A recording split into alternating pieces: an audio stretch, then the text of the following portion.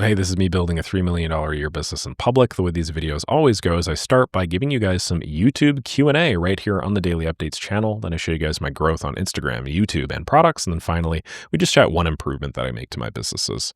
I made over 300,000 bucks last month. And the way I did it was just by consistently delivering value. That's what I'm going to do first. So Maxime Pranko says, hey, Nick, quick question. Manually sending out cold emails and follow-ups from my phone using my personal Gmail, but a whole CRM and Google Sheets to track everything. Is there any way to make the sheet notify me via email or something where I need to send follow-up specific leads on specific dates? Would love to automate that part since I'm doing everything manually right now. Appreciate you. Wow, this is interesting. Are you just doing, seriously, just through your phone? Man, that's hustle. So first of all, would I do this? No, I would find whatever way to use a computer possible because it's just so much easier on a computer. Are you using Make through your phone? Like you would need to automate this somehow with Make. Okay, anyway, you can do this. What you would do is when you send the prospect the email, BCC a mail hook.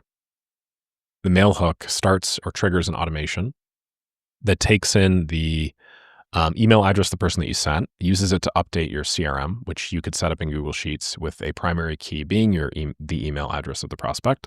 And then you could even log the specific email sent, like columns 1 through, I don't know, like 10 or however many follow-ups you have. And then you could queue up a follow-up date. And then what you do is you have a second scenario in Make that just watches your sheet and runs it once a day, and it checks to see when the follow-up date is. And then it filters by, hey, is the follow-up date today? And then some of the records follow-up dates are going to be today. And for those records, you just send yourself some like notification. You could do like an Android notification. You could do like an iPhone notification. There are whole make.com modules or libraries for that. Worst case scenario, you could also just send yourself another email. Although, yeah, there's a lot of emailing through your phone. But that's what I would do. Quick question. What should I do when a client asks me about my past work and how they can trust that I'm capable of doing the job? I'm asked because I recently had a conversation with the prospect and they asked me, what work have you done when I completely blank? What should I do in such situations? And of course, I can't say I built some automations when watching YouTube videos.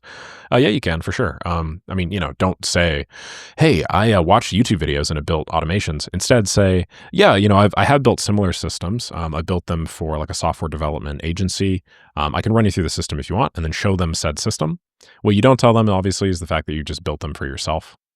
You're heavy on the implication there. So is it the most honest way to frame things? Probably not the most honest way to frame things, but it is still technically honest. You did build it for a software consultancy or an AI consultancy or a consultant or however you want to pitch your own business. But yeah, so long as you built all these things for yourself first, like you're pretty good, right? You have actually gone through and you've done the building. So that's the simplest 0 to 1 hack. The second that you built it for yourself, you have technically built the system and you can just avoid all that BS. The second thing is, how can they trust that you're capable of doing the job? Do just offer a guarantee. Offer a guarantee on your service. Just say, hey, like forget trust. I don't want you to, I don't want this to be like a sales pitch. I want you to feel this on both an emotional level. I want you to like me and I want you to feel like I'm going to do a good job for you. But I also want you to understand this on a logical level. Like if I don't do a good job for you, you're not going to pay me anything. So I really want to align incentives. I want to make this a no-brainer for you. I really believe that I could do what you're asking and not just do it, but do it extraordinarily well. Hopefully I've now fulfilled the logical side of your brain and also that I want to make sure I like Nick side of your brain too. How we looking, right? Like just get down to brass tacks, offer a guarantee. Guarantees they seem scary for a lot of people, but they're actually the simplest and easiest way to make more money. They increase conversion rates like 300% or more on the front end. They, have refunds, of course, as part of your guarantee. If you're offering a refund, you're going to have to give some, of course, from time to time, but it's usually like 10% of your margin. So mathematically, like think about what you're doing for guarantees. Guarantee will give you 300% of your top side and then maybe minus 10% of your bottom. So if you start at like, let's say 1 times 3, that's 3. Then you minus, 10%, that's 0.3. So you're still operating at like a 2.7x. That's just right off the top. And I'm just pulling numbers out of my ass, but hopefully you get the point that I'm making. Okay, Wise says, Nick, I'm currently in the process of pitching a customer support chatbot to an e-commerce store. How should I price it? Chatbots integrate with WhatsApp and Instagram DMs handling and WhatsApp chats, redirect the warm leads to become customers simply by the fact it replies back. You know what? I think I already answered this question. I'm going to answer it again. Just for posterity, you need to do some sort of value-based pricing. That just means anytime you have a pricing question where you're offering a custom service, you're not offering like a templated productized service, which I think everybody should do, but it's very difficult to do reliably at the beginning. Anytime you're offering some sort of customized thing, you figure out what is the value I'm driving to the customer, and you determine value through the direct expense that you are saving That's the simplest and smallest part of the value. And then the opportunity cost of not having your solution, aka, you know, oh, like you don't have a sales system in place. Well, how many leads are you missing a month and how many deals are you missing a month by not having a sales system in place? You take those numbers, you add them together. That's the total value. Well, it's a small part of the total value. You can go much deeper, but that's like a good 80-20 for the total value. And then you just charge 30%. Okay. So let's say you figured out that the total value of this was $3,000 a month. Now you charge $1,000 a month. Don't charge $1,000 a month. Charge like 985 so that you get the 3-digit thing instead of the 4-digit thing. A little psychology, and then also it's not like a round number, so it makes it seem like you've thought about it a little bit more. But yeah, that is the 80-20. And if you watch my last video, you'll see that I said the same thing there. Miguel says, hey, Nick, you made an Instagram post last week explaining 3 systems to sell for $2K a piece. I was wondering how to sell the Google Maps lead scraper, how to write copy for that, and what businesses to sell it to. Thanks in advance. Great question. I have an Instagram channel. Feel free to check it out. It's Nick_Saraev, where I talk systems you could sell, and then I also talk some AI tools. How to sell the Google Maps lead scraper? You can sell it to anybody that's looking to sell to local businesses. Literally anybody.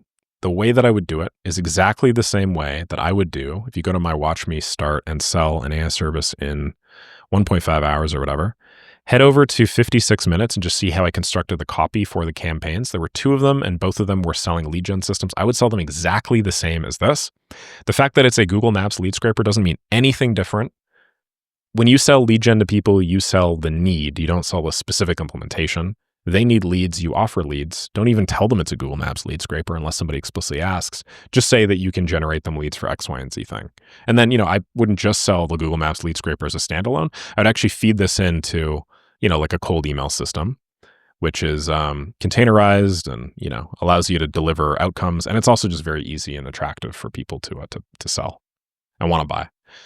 Altrusto says, hey, Nick, I'm struggling with the chicken and the egg problem. You always say sell first, build later, but also recommend showing prospect solutions you built for similar clients to build credibility and close deals. So someone just starting with 0 case studies or portfolio pieces, how do I bridge this gap? Should I build a few demo systems up front, even without clients have something to show? Or is there a way to sell confidently without prior builds? Also, how do you pitch them in a cold email as a total beginner? Wow, very similar question to the last one. So I think that last question I will leave.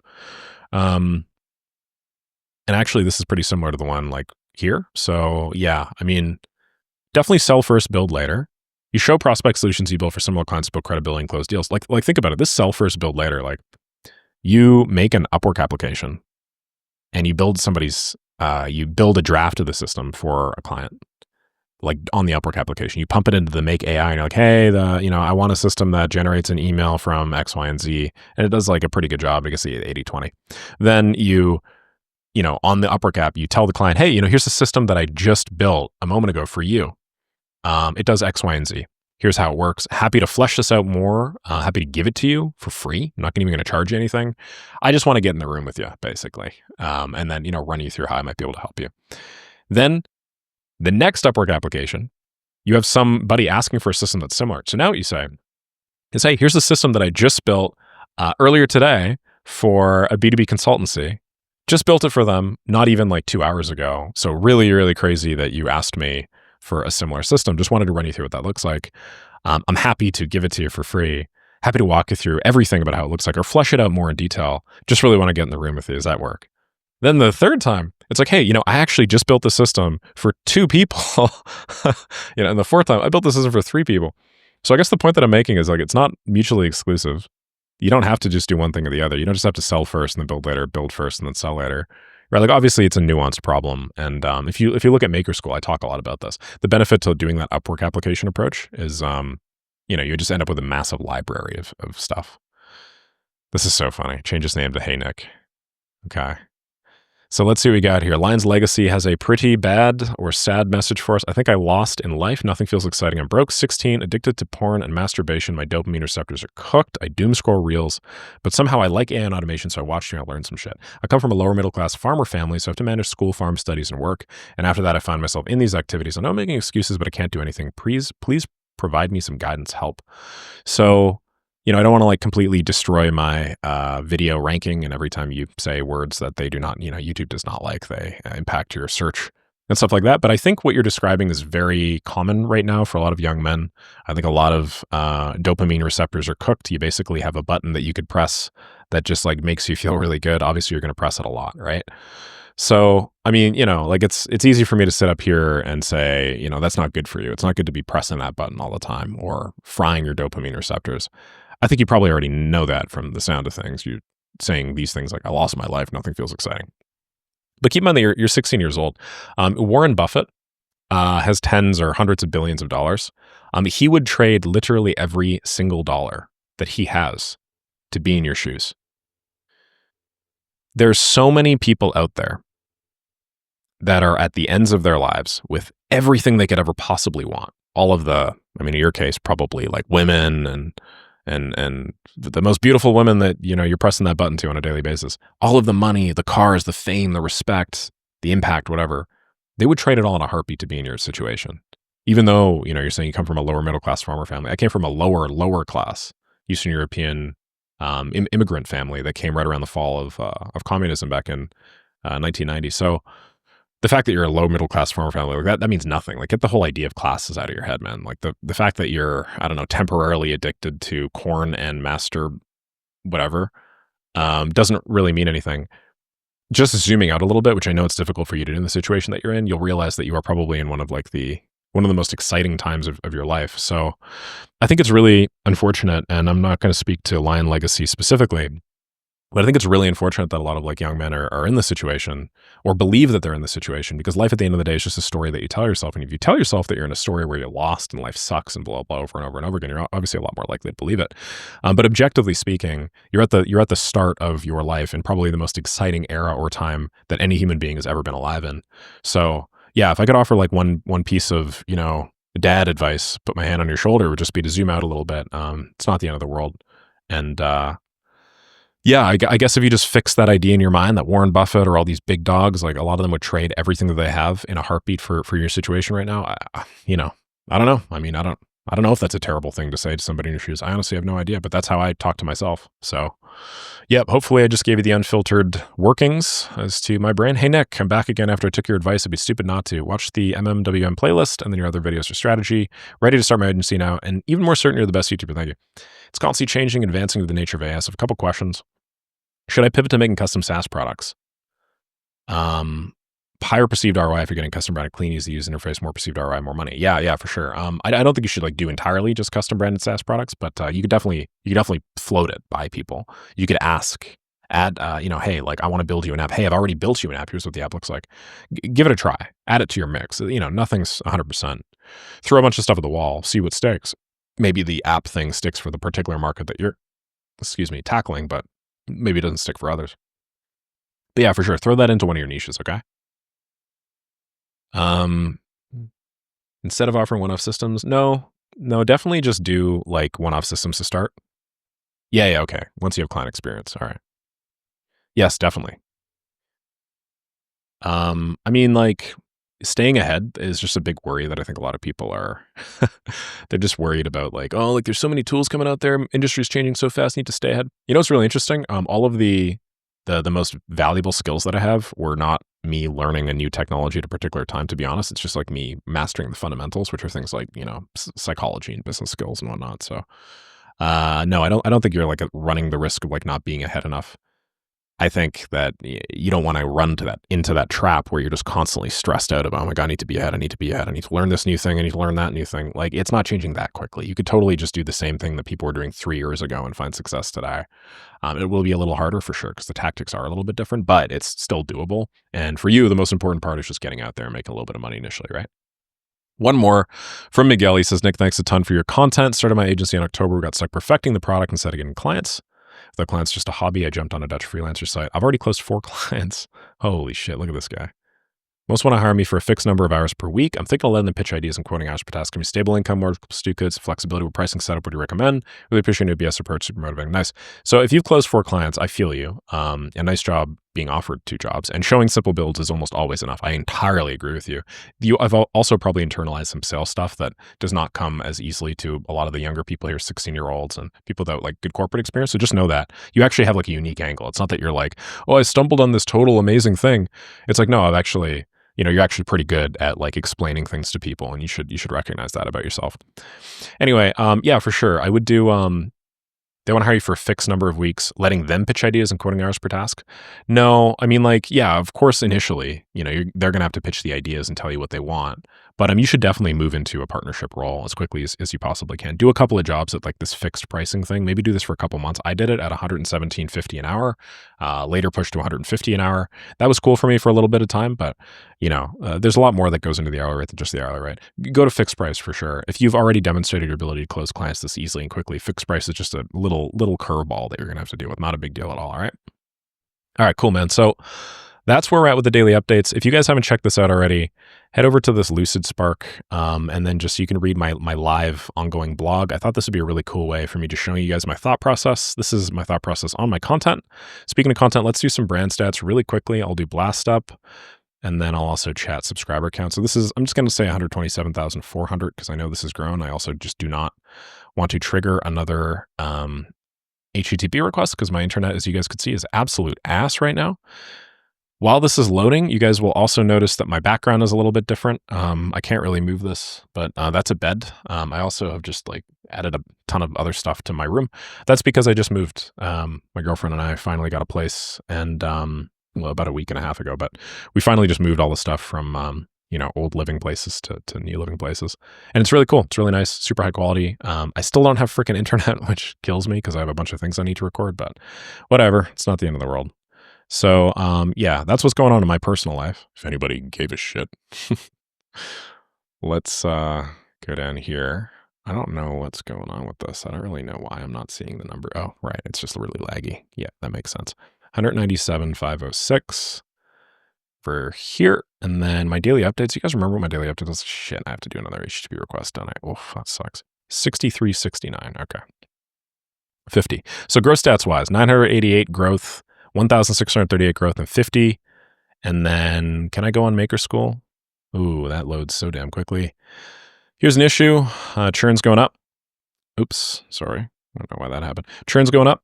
And then MRR hasn't really materially changed. And conversion rate's way the hell down now. Way, way down. This used to be about 4%. Now it's 2. So we got ourselves a problem, ladies and gentlemen. It could be that the whole community thing is just on the decline. I don't know. I mean, like I'm 2.9K, but basically exactly 2,899 right now. So I really haven't materially grown at all. If I go on the school games, is lovely Spencer going to crush my ass?